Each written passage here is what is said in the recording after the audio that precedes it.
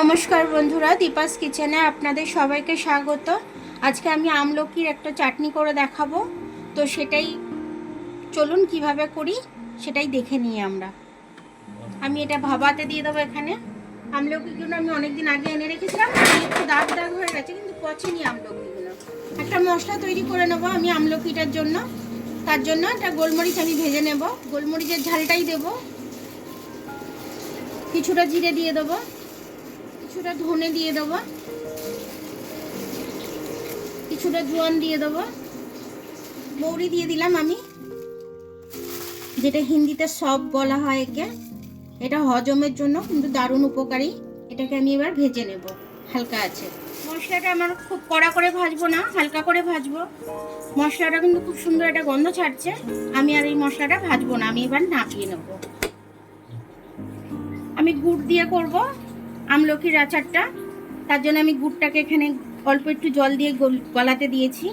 আপনারা চাইলে গ্রেটারে গ্রেট করে নিতে পারেন, আমি এইভাবে করে নিচ্ছি। আমলকিগুলো আমি এইভাবে ছাড়িয়ে নিয়েছি, প্রত্যেকটা আমলকি একটু ছাড়িয়ে নিয়েছি আমি, একটাও দানা নেই। এবার আমি এটা এর মধ্যে গুড়টার মধ্যে দিয়ে দেবো। গুড়টার সাথে এটা ফুটবে, আমি ততক্ষণ আমি এটার মধ্যে সাদা নুন তো দেবো না, বিট নুন দেবো। তো বিট নুনটা আমি গুঁড়ো করে আমি দেওয়ার সময় দেখাচ্ছি। বিট নুন একটু গুঁড়ো করে নিয়েছি, বিট নুনটা আমি দিয়ে দেবো এর মধ্যে।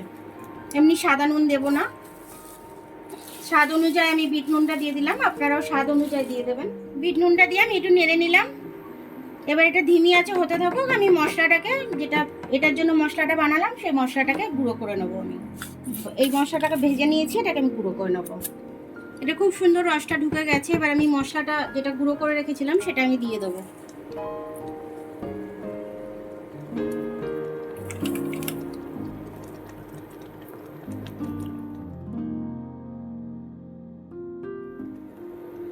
আর মশলা দেবো না। এবার এটাকে আমি নামিয়ে নেবো একটু বাদে। আমার আমলকির আচারটা হয়ে গেছে। এবার আমি আচারটাকে ঢেলে নেব, তারপর একটু ঠান্ডা হয়ে গেলে আপনাদেরকে আমি দেখাচ্ছি।